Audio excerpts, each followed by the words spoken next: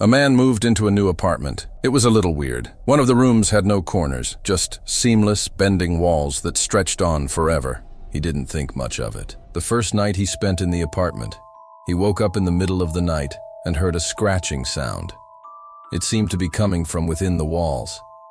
At first he thought it was mice, but then he started hearing other sounds, whispers, voices that didn't seem to belong to anyone in his apartment building. The longer he spent in the room, the more distorted time became.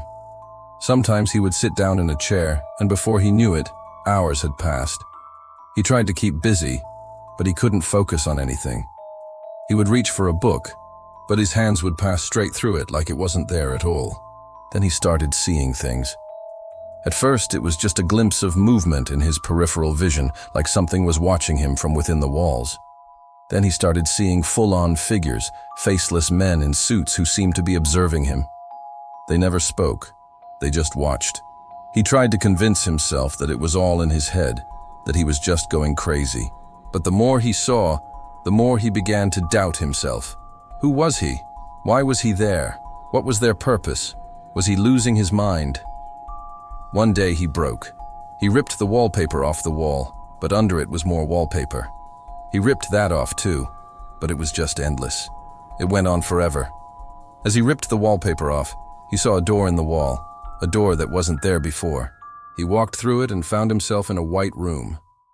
There were doors all around him, each one identical to the last. He tried to open one of them, but it wouldn't budge. He turned the doorknob, and it was locked. Then he heard a voice. It was his voice, but it sounded like it was coming from inside his own head. It told him to turn around, so he did. And that's when he saw them. The men in suits. They were standing in a circle behind him, and they were all looking at him. Then one of them stepped forward and reached out a hand. "Come with me," the voice said. "I'm here to help you."